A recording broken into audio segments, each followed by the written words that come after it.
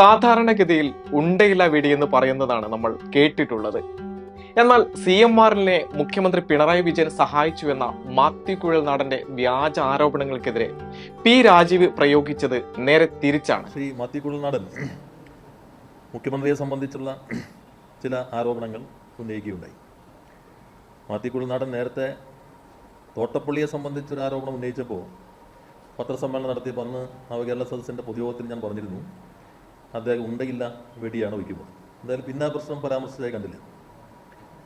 ഇന്ന് യഥാർത്ഥത്തിൽ അദ്ദേഹം ഉണ്ടയുള്ള വെടി തന്നെയാണ് വെച്ചിരിക്കുന്നത്. അസാധാരണ ഭാഷാ പ്രയോഗം മാത്രമല്ല പി രാജീവിൻ്റെത്, കൃത്യമായ വസ്തുതകൾ ചൂണ്ടിക്കാട്ടുന്നത് കൂടിയാണ് ഉണ്ടായത്. യാഥാർത്ഥ്യം എണ്ണി എണ്ണി പറയാൻ മന്ത്രി പി രാജീവിനായെന്ന് വ്യക്തം. സ്വന്തം മുന്നണിക്കെതിരെയുള്ള ആ പാർട്ടിയുടെ വളരെ പ്രധാനപ്പെട്ട നേതാക്കൾക്കെതിരെയുള്ള ഒരു വെടിയായിട്ടാണ് കാണേണ്ടത്. കാരണം അദ്ദേഹം മുഖ്യമന്ത്രിക്കെതിരെ പറഞ്ഞിട്ടുള്ള കാര്യം, അദ്ദേഹം ഒരു യോഗം വിളിച്ചു.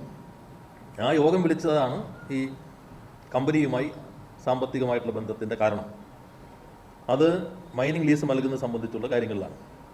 അതായത് അദ്ദേഹം പറയുന്നത് മൈനിങ് ലീസ് നൽകുന്നതിന് വലിയ തോതിൽ പണം കൊടുക്കുന്നുണ്ട് എന്നുള്ളതാണ്.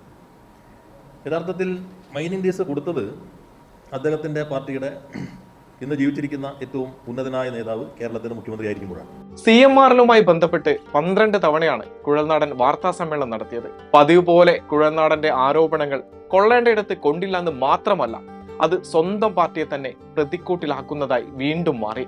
പുറമെ CMRന് 2002 AK ആന്റണി സർക്കാർ ഖനനാനുമതി നൽകിയതുമായി ബന്ധപ്പെട്ട് കേരളം മറന്ന ചരിത്ര വസ്തുതകൾ പി രാജീവിനെ കൊണ്ട് പറയിപ്പിക്കാൻ കുഴൽനാടന് വളരെ ഭംഗിയായി സാധിച്ചു. മൈനിങ് സ്വകാര്യ കമ്പനികൾക്ക് കൊടുക്കാം എന്നുള്ള ഉത്തരവ് ഒരു നയമായി 22/10/2022 ആദ്യത്തെ ജിയോ ഇറങ്ങുകയുണ്ടായി.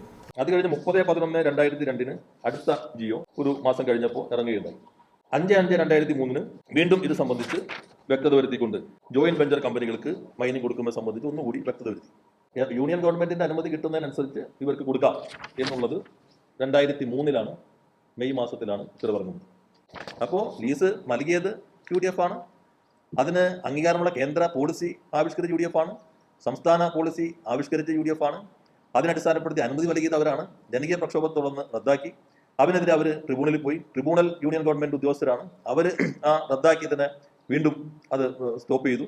അതിനെതിരെയുള്ളതും LDF ഗവൺമെന്റ് വന്നപ്പോൾ റീകൺസിഡർ ചെയ്തിട്ട് വീണ്ടും അത് റിജക്ട് ചെയ്തു. ആദ്യം റിജക്ട് ചെയ്യുന്നത് LDF ഗവൺമെന്റ് ആണ്. CMRന് ഖനനാനുമതി നൽകിയത് AK ആന്റണി സർക്കാരാണെന്നും കോടതി ഉത്തരവുണ്ടായിട്ടും പിണറായി സർക്കാർ ഖനനാനുമതി നൽകിയില്ലെന്നുമാണല്ലോ മന്ത്രി ചൂണ്ടിക്കാട്ടിയത്. ഇതോടെ വിശ്രമ ജീവിതത്തിൽ കഴിയുന്ന AK ആന്റണിയുടെയും മറ്റ് UDF നേതാക്കളുടെയും നെഞ്ചിലാണ് കുഴൽനാടന്റെ ഉണ്ടയുള്ള വെടി കൃത്യമായി കൊണ്ടത്. അതോടെ ആന്റണിയെ കൂടി മറുപടി പറയാൻ നിർബന്ധിക്കുന്നതായി മന്ത്രിയുടെ വാക്കുകൾ. അദ്ദേഹം ആദ്യം ചോദിക്കേണ്ടത് ഇപ്പൊ ജീവിച്ചിരിക്കുന്ന ഒരാളോട് ചോദിക്കാം, അദ്ദേഹത്തിന്റെ കാലത്താണ് ഇത് അനുമതി കൊടുത്തത്, എങ്ങനെ അനുമതി കൊടുത്തു?